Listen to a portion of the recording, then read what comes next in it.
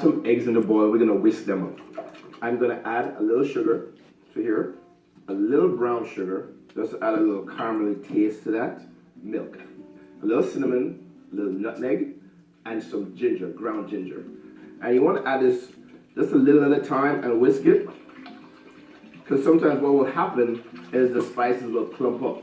A little melted butter, and that's gonna add a little bit of extra moistness, and a little salt.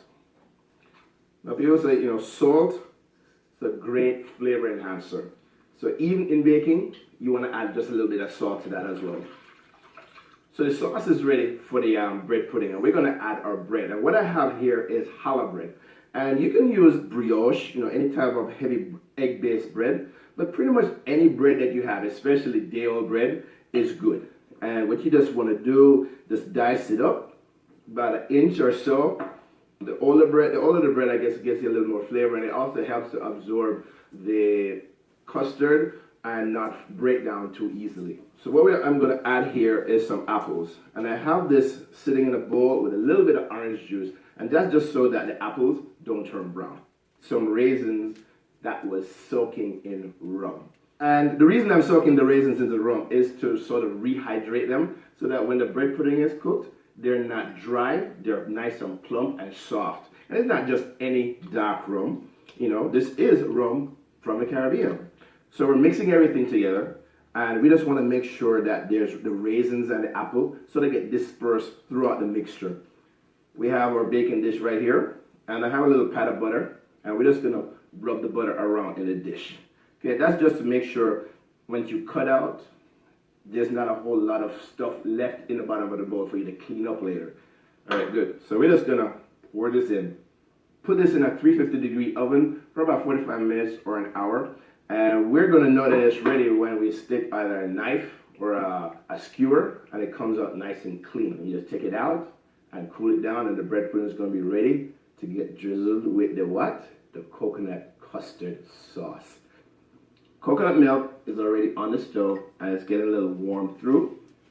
And what I'm gonna do is add the coconut milk to some egg yolks that I have here.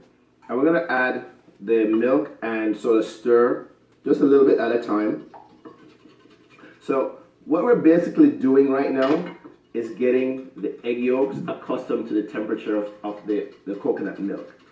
So now that the eggs are getting happy in the coconut milk, we're gonna add this back to the pan, and then we're gonna keep stirring, nutmeg, cinnamon, and ginger. I'm gonna add a little sugar. And we're just gonna stir this on low heat just until the custard starts to thicken. I don't want to just leave it on the stove because then the eggs in the custard will probably burn, or the sauce will burn. So this is something you gotta really watch. You don't wanna walk away from it. And we're gonna stick a spoon like this, and you will know it's ready when you run your fingers down and it stays separated, then you know that the custard is good and ready. So we're gonna make this thicken up just a little bit more. All right, so stay tuned, we'll be back.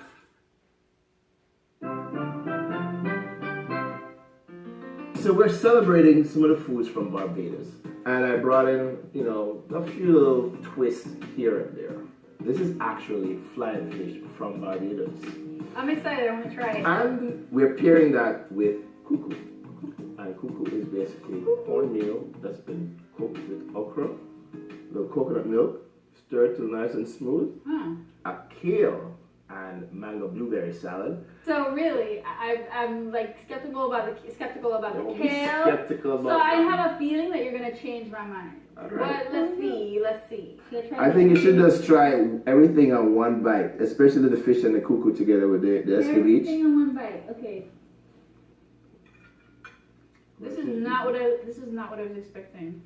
I was expecting a texture of grits, and it's good. Oh. Because it's cooked smooth. So, Ooh. but one real quick note. A friend of mine told me the other day, the way I serve it to you right now, in slices, she said if I ever go in the Bajan kitchen, I get kicked out. You get cold? Yeah, because they don't serve it like that.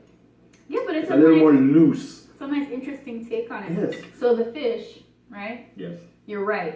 It's thin, but it's packed with flavor. And on top of that, you added the escabeche, so that's like sold, home run. Okay, so I'm gonna try the kale. Wow. What's the dressing that you have on it? It's a mango vinaigrette. So we have mango and blueberries in the salad. It's nice. A nice simple salad, a little salt, a little pepper. Cause kale's bitter. Yeah, but I'm not trying to serve you bitter food. No, but it's balanced so well. The berries and the mango and the dressing that you have on there. Mm-hmm. There's a hint of the bitterness, but then it's gone immediately after you take a second bite. And you're eating the kale raw. As we cook. Yes, and that's healthy. Before you finish that, I just want you to taste it real quick. Alright.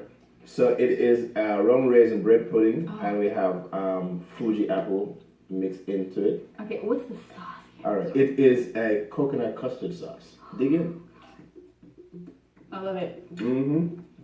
It's the texture is smooth, which I like, but the Fuji apples are it's not a very overly sweet apple, which I like about the bread pudding. It's mild.